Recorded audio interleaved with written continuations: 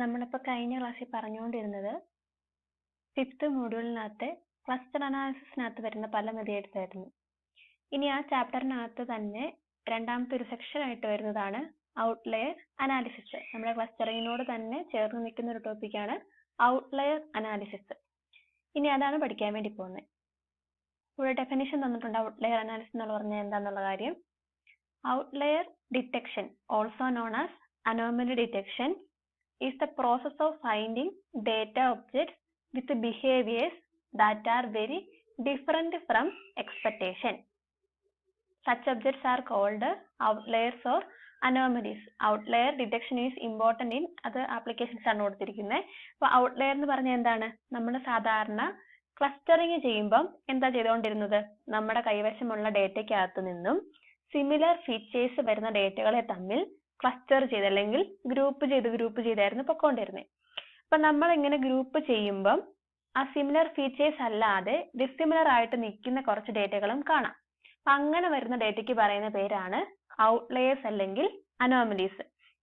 അതായത് നമ്മൾ എന്തെങ്കിലും ഒരു ബേസിൽ ക്ലാസിഫിക്കേഷൻ ചെയ്യുമ്പം അല്ലെങ്കിൽ ക്ലസ്റ്ററിങ് ചെയ്യുമ്പം നമ്മൾ എടുക്കുന്ന ഡേറ്റ ഒബ്ജക്റ്റുകളുടെ ഫീച്ചറുമായിട്ട് സാമ്യമില്ലാതെ വരുന്ന, മാറി നിൽക്കുന്ന അല്ലെങ്കിൽ വേറിട്ട് നിൽക്കുന്ന ഡേറ്റ ഒബ്ജക്റ്റുകൾക്ക് പറയുന്ന പേരാണ് ഔട്ട്ലെയേഴ്സ്.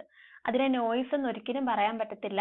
കാരണം നോയ്സ് എന്ന് പറഞ്ഞാൽ നമുക്ക് വേണ്ടാത്ത ഡേറ്റയാണ്. നമ്മുടെ ഡേറ്റ സെറ്റിൽ നിന്ന് നമുക്ക് റിമൂവ് ചെയ്ത് കളയേണ്ട ഡേറ്റയാണ് നോയ്സ് അല്ലെങ്കിൽ എറർ എന്ന് പറയുന്നത്. ഔട്ട്ലെയർ എന്ന് പറഞ്ഞാലോ, നമുക്ക് ഔട്ട്ലെയർ യൂസ് ചെയ്ത് വീണ്ടും എന്തെങ്കിലും അനാലിസിസുകളൊക്കെ ചെയ്യാൻ വേണ്ടിയിട്ട് യൂസ് ചെയ്യുന്നതാണ് ഔട്ട്ലെയേഴ്സ് എന്ന് പറഞ്ഞാൽ. നമ്മുടെ കയ്യിലുള്ള ഡേറ്റയിൽ നിന്നും സിമിലാരിറ്റി ഇല്ലാതെ നിൽക്കുന്നു എന്ന് മാത്രമേ ഉള്ളൂ ഔട്ട്ലെയർ എന്ന് പറഞ്ഞാൽ. അതും ഒരു വാലിഡ് ആയിട്ടുള്ള ഡേറ്റ തന്നെയാണ്. അപ്പൊ അതാണ് ഔട്ട്ലെയർ ഡിറ്റക്ഷൻ അല്ലെങ്കിൽ ഔട്ട്ലെയേഴ്സ് എന്ന് പറഞ്ഞാൽ. ഇനി അത് യൂസ് ചെയ്യുന്ന ആപ്ലിക്കേഷൻസ് ആണ് തന്നിരിക്കുന്നത്. Fraud detection, public safety and security, industry damage detection, image processing, sensor for video network surveillance and intrusion detection, അങ്ങനെയൊക്കെ പറയുന്ന പല പല ആപ്ലിക്കേഷനകത്ത് യൂസ് ചെയ്യാറുണ്ട്. അപ്പൊ ഇവിടെ നമ്മൾ ഒരു ക്രെഡിറ്റ് കാർഡിന്റെ ഒരു എക്സാമ്പിൾ നമ്മുടെ ഈ മൊഡ്യൂളിന്റെ ഇൻട്രൊഡക്ഷൻ ആയിട്ട് വന്നിട്ടുണ്ട്. എന്ന് പറഞ്ഞാൽ ഇപ്പൊ ഒരു യൂസർ, അയാൾക്ക് ക്രെഡിറ്റ് കാർഡ് ഉണ്ടെന്ന് വിചാരിക്കുക, അതിനൊരു ലിമിറ്റും ഉണ്ടെന്ന് വിചാരിക്കുക. അപ്പൊ അയാളെ മാസം പർച്ചേസ് ചെയ്യുന്ന ആ ഒരു ട്രാൻസാക്ഷൻസിനെല്ലാം ഒരു സിമിലാരിറ്റി ആണ്. ആ ഒരു ലിമിറ്റിനുള്ളിൽ നിൽക്കുന്ന ട്രാൻസാക്ഷൻസ് അല്ലേ, അല്ലെങ്കിൽ അതിനോട് അടുത്ത് വരുന്ന ട്രാൻസാക്ഷൻസ് ഒക്കെ അയാൾ ചെയ്യത്തുള്ളൂ. അപ്പൊ പെട്ടെന്ന് ഒരു ദിവസം അല്ലെങ്കിൽ ഒരു മാസം ചെയ്യുന്ന ട്രാൻസാക്ഷൻ എന്ന് പറഞ്ഞാൽ ക്രെഡിറ്റ് കാർഡിന്റെ ലിമിറ്റ് ഫുള്ളും കവർ ചെയ്യുന്ന രീതിയിലാണെങ്കിൽ അതിന് നമുക്കൊരു ഔട്ട്ലെയർ ആയിട്ട് പറയാം. കാരണം അവിടെ സംഭവിക്കുന്നതെന്ന് പറഞ്ഞാൽ ഒന്നെങ്കിൽ ആ യൂസറിന് ആ മാസം കൂടുതലായിട്ട് ആവശ്യം വന്നതുകൊണ്ട് എന്തെങ്കിലും പർച്ചേസ് ചെയ്തതല്ല, അല്ലെങ്കിൽ ട്രാൻസാക്ഷൻ നടത്തിയതാകാം. അല്ലെങ്കിൽ അയാളുടെ ക്രെഡിറ്റ് കാർഡ് നഷ്ടപ്പെട്ടു പോയപ്പം അത് കിട്ടിയ ആള് അതിൽ നിന്ന് കൂടുതൽ പൈസ എടുക്കാൻ വേണ്ടി ഒന്നിച്ച് ട്രാൻസാക്ഷൻ ചെയ്തതാകാം.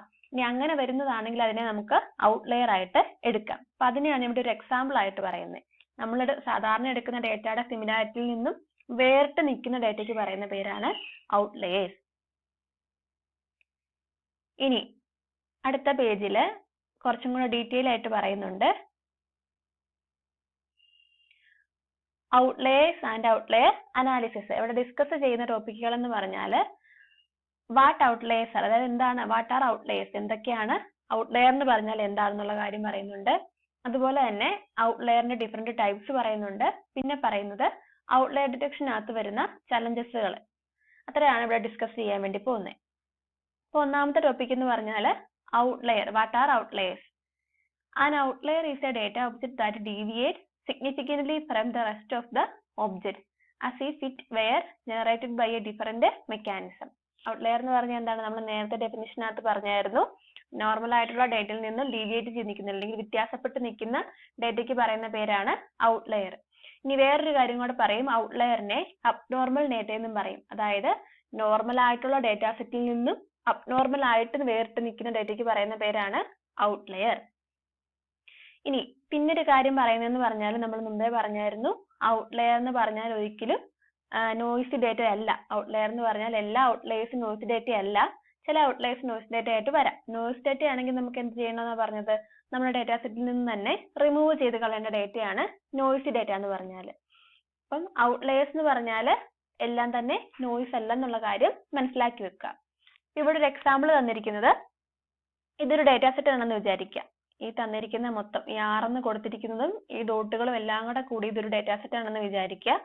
നമ്മൾ ക്ലസ്റ്ററിങ് ചെയ്തപ്പം സിമിലർ ആയിട്ട് വരുന്ന ഡേറ്റ ഒബ്ജക്റ്റുകളാണ് ഇതെന്ന് വിചാരിക്കുക. ഇതൊരു ക്ലസ്റ്റർ ആണെന്ന് വിചാരിക്കുക. സിമിലർ ആയിട്ട് വരുന്ന ഡേറ്റ ഒബ്ജക്റ്റുകൾ അടുത്തടുത്തടുത്ത് വന്നു. അതിൽ നിന്നും വേറിട്ട് നിൽക്കുന്ന 2 ഡേറ്റ ഒബ്ജക്റ്റുകളാണ് ഈ തന്നിരിക്കുന്നത്. അപ്പൊ നമുക്ക് എന്ത് പറയാം? ഈ 2 എണ്ണം എന്ന് പറഞ്ഞാൽ ഈ ക്ലസ്റ്ററിനെ വെച്ച് നോക്കുമ്പോൾ ഈ 2 എണ്ണം എന്ന് പറഞ്ഞാൽ ഔട്ട്ലയേഴ്സ് ആണെന്ന് പറയാം. അതായത് ഈ ഡേറ്റ ഒബ്ജക്റ്റുകളുടെ സിമിലാരിറ്റി അല്ലെങ്കിൽ സിമിലർ ഫീച്ചറുമായിട്ട് ഇത് ഡിസിമിലർ ആയിട്ട് നിൽക്കുന്നു, അങ്ങനെ നമുക്ക് പറയാം. അപ്പൊ ഇതിനെ ഔട്ട്ലയർ എന്നും പറയാം. ഇനി ഔട്ട്ലയർ ഡിറ്റക്ഷൻ പറയുന്ന മറ്റൊരു പേരും കൂടെ ഇവിടെ കൊടുത്തിട്ടുണ്ട്, നോവൽറ്റി ഡിറ്റക്ഷൻ എന്ന് പറയുന്നുണ്ട്. അതൊന്ന് ഓർത്ത് വെക്കുക. ഇനി അടുത്ത ഹെഡിങ് എന്ന് പറഞ്ഞാൽ ടൈപ്സ് ഓഫ് ഔട്ട്ലയേഴ്സ് ആണ്. പ്രധാനമായിട്ട് നമ്മൾ 3 ആയിട്ടാണ് ഔട്ട്ലയേഴ്സിനെ ക്ലാസിഫൈ ചെയ്തിരിക്കുന്നത്. ഒന്നാമത്തത് ഗ്ലോബൽ ഔട്ട്ലയറും, രണ്ടാമത്തത് കോണ്ടെക്സ്റ്റൽ അല്ലെങ്കിൽ കണ്ടീഷണൽ ഔട്ട്ലയറും, മൂന്നാമത്തത് കളക്റ്റീവ് ഔട്ട്ലയറും. അപ്പൊ ആദ്യം പഠിക്കാൻ പോകുന്നത് ഗ്ലോബൽ ഔട്ട്ലയർ എന്താന്നുള്ള കാര്യമാണ്. ഗ്ലോബൽ ഔട്ട്ലയർ എന്ന് പറഞ്ഞാൽ നമ്മൾ ഔട്ട്ലയറിന്റെ ഒരു ഡെഫിനിഷൻ പറയുമ്പോൾ തന്നെ പറയുന്നുണ്ട്, ഒരു നോർമൽ ആയിട്ടുള്ള ഡേറ്റാ സെറ്റിൽ നിന്നും വേറിട്ട് നിൽക്കുന്ന ഒരു ഡേറ്റയ്ക്ക് പറയുന്ന പേരാണ് ഔട്ട്ലയർ എന്ന്. അപ്പൊ അത് തന്നെയാണ് ഗ്ലോബൽ ഔട്ട്ലയർ എന്ന് പറഞ്ഞാൽ. ഡെഫിനിഷൻ കൊടുത്തിരിക്കുന്നത് നോക്കിയേ, in A given data set A data object is A global outlier if it deviates significantly from the rest of the date set. നമ്മൾ ആദ്യമേ പറഞ്ഞ ഡെഫിനിഷൻ തന്നെ. നമ്മുടെ കൈവശമുള്ള കുറേയധികം ഡേറ്റ ഉണ്ടെന്ന് വിചാരിക്കുക. ആ ഡേറ്റയുടെ ഒന്നും ഫീച്ചേഴ്സുമായിട്ട് സിമിലാരിറ്റി നിൽക്കാതെ അല്ലെങ്കിൽ സിമിലർ ആയിട്ട് നിൽക്കാതെ ഡിസിമിലർ ആയിട്ട് നിൽക്കുന്ന ഡേറ്റയ്ക്ക് പറയുന്ന പേരാണ് ഗ്ലോബൽ ഔട്ട്ലയർ. അതിന് പറയുന്ന മറ്റൊരു പേരും കൂടെയാണ് എന്ത്? പോയിന്റ് അനോമലീസ് എന്നും കൂടെ പറയും. ഇനി അടുത്ത രണ്ടാമത്തെ ക്ലാസിഫിക്കേഷൻ എന്ന് പറഞ്ഞാൽ കോണ്ടെക്സ്റ്റൽ ഔട്ട്ലയർ ആണ്. അതിന്റെ ഡെഫിനിഷൻ അടുത്ത പേജിൽ കിടപ്പുണ്ട്. Contextual outlier. In a given data set, a data object is a contextual outlier if it deviates significantly with respect to the specific context of the object. Contextual outliers are also known as conditional outliers because they are conditional on the selected context. ഇവിടെ പറഞ്ഞിരിക്കുന്നതെന്ന് പറഞ്ഞാൽ contextual outlier എന്ന് പറഞ്ഞാൽ എന്താന്നുള്ള കാര്യം പറഞ്ഞു. അപ്പൊ നമ്മൾ global outlier പറഞ്ഞപ്പോൾ പറഞ്ഞായിരുന്നു, നമ്മൾ എടുക്കുന്ന ഡേറ്റ ഒബ്ജക്റ്റിന്റെ വാല്യൂ എന്താണോ ആ വാല്യൂവിനെ മാത്രം ഡിപ്പെൻഡ് ചെയ്തിട്ടാണ് അതൊരു ഔട്ട്ലയർ ആണോ അല്ലയോ എന്നുള്ള കാര്യം തീരുമാനിക്കുന്നത്. അപ്പൊ കോണ്ടെക്സ്റ്റൽ ഔട്ട്ലയറിനകത്ത് നമ്മൾ എടുക്കുന്ന ഡേറ്റ ഒബ്ജക്റ്റിന്റെ വാല്യൂവിനെ മാത്രം ഡിപ്പെൻഡ് ചെയ്തിട്ടല്ല, മറ്റ് പല കണ്ടീഷൻസ് അല്ലെങ്കിൽ മറ്റ് പല ഡേറ്റകളുടെ വാല്യൂയും കൂടെ ബേസ് ചെയ്തിട്ടാണ് അതൊരു ഔട്ട്ലയർ ആണോ അല്ലയോ എന്നുള്ള കാര്യം തീരുമാനിക്കുന്നത്. അപ്പൊ അങ്ങനെ ഔട്ട്ലയർ ആണോ അല്ലയോ എന്ന് തീരുമാനിക്കാൻ വേണ്ടി തന്നിരിക്കുന്ന 2 ടേമുകളാണ് ഈ തന്നിരിക്കുന്നത്, കോണ്ടെക്സ്റ്റൽ ആട്രിബ്യൂട്ട്സും ബിഹേവിയറൽ ആട്രിബ്യൂട്ട്സും. അപ്പൊ ബിഹേവിയറൽ ആട്രിബ്യൂട്ട്സ് ആദ്യം പറയാം. എന്ന് പറഞ്ഞാൽ നമ്മൾ എടുക്കുന്ന ഡേറ്റ ഒബ്ജക്റ്റ് ഏതാണോ, അതായത് നമ്മൾ ഔട്ട്ലയർ ആണോ അല്ലയോ എന്ന് ചെക്ക് ചെയ്യാൻ വേണ്ടി നമ്മൾ എടുക്കുന്ന ഡേറ്റ ഒബ്ജക്റ്റ് ഏതാണോ അതിന്റെ വാല്യൂവിന് പറയുന്ന പേരാണ് ബിഹേവിയറൽ ആട്രിബ്യൂട്ട്സ് എന്ന് പറഞ്ഞാൽ. ഇനി അടുത്തതെന്ന് പറഞ്ഞാൽ കോണ്ടെക്സ്റ്റൽ ആട്രിബ്യൂട്ട്സ്, അതായത് നമ്മൾ കണ്ടീഷൻസ് ആയിട്ട് സ്പെസിഫൈ ചെയ്യുന്ന കുറച്ച് പാരാമീറ്റേഴ്സ് കാണും, അല്ലെങ്കിൽ മറ്റ് പല ഡേറ്റകളുടെയും കൂടെ വാല്യൂ ഡിപ്പെൻഡ് ചെയ്തിട്ടായിരിക്കും നമ്മൾ ഒരു ഡേറ്റ എടുക്കുമ്പോൾ അത് ഔട്ട്ലയർ ആണോ അല്ലയോ എന്ന് തീരുമാനിക്കുന്നത്. അപ്പൊ നമ്മൾ അങ്ങനെ കണ്ടീഷൻസ് കൊടുക്കാൻ വേണ്ടിയിട്ട് എടുക്കുന്ന ആ ഒരു ഡേറ്റകളുടെ വാല്യൂവിന് പറയുന്ന പേരാണ് കോണ്ടെക്സ്റ്റൽ ആട്രിബ്യൂട്ട്സ്. നമ്മൾ ടെക്സ്റ്റിനകത്ത് തന്നിരിക്കുന്നത് ഒരു ടെമ്പറേച്ചറിന്റെ എക്സാമ്പിൾ ആണ്. എക്സാമ്പിൾ പറഞ്ഞാൽ എന്റെ കൈവശമുള്ള ഡേറ്റയ്ക്കകത്ത് കുറെ അധികം ടെമ്പറേച്ചറിന്റെ വാല്യൂസ് ഉണ്ടെന്ന് വിചാരിക്കുക. അപ്പൊ സാധാരണയായിട്ട് ഞാൻ റെക്കോർഡ് ചെയ്യുമ്പോൾ ടെമ്പറേച്ചറിന്റെ വാല്യൂ റെക്കോർഡ് ചെയ്യുമ്പോൾ എനിക്ക് കിട്ടുന്നത് ഒരു 20 ഡിഗ്രി സെൽഷ്യസിനൊക്കെ ഉള്ളിൽ നിൽക്കുന്ന ഒരു വാല്യൂ ആണെന്ന് വിചാരിക്കുക. മാക്സിമം അവിടെ വരെയൊക്കെ വരാറുള്ളെന്ന് വിചാരിക്കുക.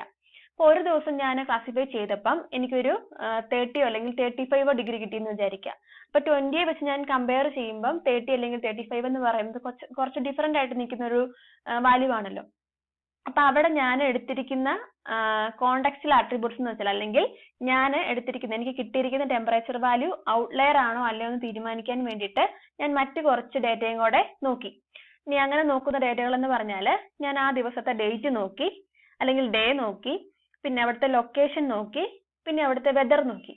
അപ്പൊ ഇത്രയും കാര്യങ്ങളെയും കൂടെ ബേസ് ചെയ്തിട്ടാണ് ആ ടെമ്പറേച്ചറിനുണ്ടായ വേരിയേഷൻ ഞാൻ ചെക്ക് ചെയ്യുന്നത്. അപ്പൊ ആ നമ്മൾ ചെക്ക് ചെയ്യാൻ വേണ്ടി എടുക്കുന്ന ഈ പാരാമീറ്റേഴ്സ് ഉണ്ടല്ലോ, അതിനെയാണ് കോണ്ടെക്സ്റ്റൽ ആട്രിബ്യൂട്ട്സ് എന്ന് പറയുന്നത്. ഇനി നമുക്ക് കിട്ടിയ ഒരു വാല്യൂ ഉണ്ട് ടെമ്പറേച്ചറിന് 30 അല്ലെങ്കിൽ 35 എന്ന് പറഞ്ഞൊരു വാല്യൂ ഉണ്ടല്ലോ, അതാണ് ബിഹേവിയറൽ ആട്രിബ്യൂട്ട്സ് എന്ന് പറയുന്നത്. മനസ്സിലായോ? ഇനി ഇതിന്റെ ബാക്കിയായിട്ട് തന്നിരിക്കുന്നത് ഗ്ലോബൽ ഔട്ട്ലയർ ഡിറ്റക്ഷനകത്ത് നമുക്ക് ബിഹേവിയറൽ ആട്രിബ്യൂട്ട്സ് മാത്രം മതി. അതായത് നമ്മൾ എടുക്കുന്ന ഡേറ്റ ഒബ്ജക്റ്റിന്റെ വാല്യൂ മാത്രം മതി നമുക്ക് അത് ഔട്ട്ലയർ ആണോ അല്ലയോ എന്ന് തീരുമാനിക്കാനായിട്ട്. അപ്പൊ കോണ്ടക്സ്റ്റലിന് എന്തൊക്കെ വേണം? കോണ്ടക്സ്റ്റൽ ആട്രിബ്യൂട്ടും വേണം, ബിഹേവിയറൽ ആട്രിബ്യൂട്ട്സും വേണം. നമ്മൾ എടുക്കുന്ന കണ്ടീഷന്റെ ആട്രിബ്യൂട്ടും വേണം, നമ്മൾ എടുക്കുന്ന ഡേറ്റയുടെ ആട്രിബ്യൂട്ടും കൂടെ വേണം. അപ്പൊ അത്രയാണ് കോണ്ടക്സ്റ്റലിനകത്ത് പറയുന്നത്. ഇനി അടുത്തതാണ് മൂന്നാമത്തെ കളക്റ്റീവ് ഔട്ട്ലെയർ. കളക്റ്റീവ് ഔട്ട്ലെയർ എന്ന് പറഞ്ഞാല് ഡെഫിനിഷൻ ഇവിടെ കൊടുത്തിട്ടുണ്ട്. Given a data set, a subset of data objects forms a collective outlier if the objects as a whole deviate significantly from the entire data set. അതായത് നമ്മൾ ഇത്രയും നേരം പറഞ്ഞുകൊണ്ടിരുന്നേ നമ്മുടെ കൈവശമുള്ള ഒരു ഡേറ്റയിൽ നിന്നും ക്ലസ്റ്റർ ഫോം ചെയ്ത് കഴിഞ്ഞ് മിച്ചം നിൽക്കുന്ന ഒന്നോ രണ്ടോ ഡേറ്റകൾ നമ്മൾ ഔട്ട്ലെയർ ആണോ അല്ലയോ എന്ന് ചെക്ക് ചെയ്യുമെന്ന് പറഞ്ഞത്. ഇനി ഔട്ട്ലെയറിന്റെ തന്നെ ഒരു സെറ്റ് ഉണ്ടായാലോ, അങ്ങനെയുള്ള സെറ്റിന് പറയുന്ന പേരാണ് കളക്റ്റീവ് ഔട്ട്ലെയർ. അതായത് ഔട്ട്ലെയറിന്റെ തന്നെ ഒരു സബ്സെറ്റ്, അതായത് ഡിസിമിലർ ആയിട്ട് നിൽക്കുന്ന ഡേറ്റ ഒബ്ജക്റ്റുകളുടെ ഒരു കളക്ഷൻ ഉണ്ടായാൽ അവയെല്ലാം കൂടെ കൂട്ടി നമുക്ക് എന്തെന്ന് പറയാം? കളക്റ്റീവ് ഔട്ട്ലെയർ എന്ന് പറയാം. ഇനി അതിനൊരു എക്സാമ്പിൾ ആണ് ഈ ഫിഗറിനകത്ത് തന്നിരിക്കുന്നത്. ഈ വൈറ്റ് കളർ കൊടുത്തിരിക്കുന്നതെല്ലാം സിമിലർ ഫീച്ചേഴ്സ് ഉള്ള ഡേറ്റ ഒബ്ജക്റ്റുകളാണെന്ന് വിചാരിക്കുക. അവയെല്ലാം നമ്മൾ ക്ലസ്റ്റേഴ്സ് ആയിട്ട് ഫോം ചെയ്തു. അപ്പൊ മിച്ചം നിൽക്കുന്ന നമ്മുടെ കൈവശമുള്ള ഡിസിമിലർ ആയിട്ട് നിൽക്കുന്ന ഡേറ്റ ഒബ്ജക്റ്റുകൾക്ക് കുറെ ഫീച്ചേഴ്സ് സെയിം ആയിട്ട് വരുന്നുണ്ടെന്ന് വിചാരിക്കുക. അപ്പൊ അവയെല്ലാം കൂടെ കൂട്ടിയിട്ടാണ് നമ്മൾ കളക്റ്റീവ് ഔട്ട്ലെയേഴ്സ് എന്ന് പറയുന്നത്. ഈ ഔട്ട്ലെയേഴ്സിനെല്ലാം സെയിം കാറ്റഗറി ആയിരിക്കും, അല്ലെങ്കിൽ സെയിം ഫീച്ചേഴ്സ് ആയിരിക്കും വരുന്നത്. ഇനി പിന്നെ വരുന്നതാണ് കളക്റ്റീവ് ഔട്ട്ലെയർ യൂസ് ചെയ്യുന്ന ആപ്ലിക്കേഷൻസ് ആണ് തന്നിരിക്കുന്നത്. അതൊന്ന് മാർക്ക് ചെയ്ത് വെക്കുക. ആപ്ലിക്കേഷൻസിന്റെ പേര് കുറച്ച് പഠിച്ചു വെക്കുക.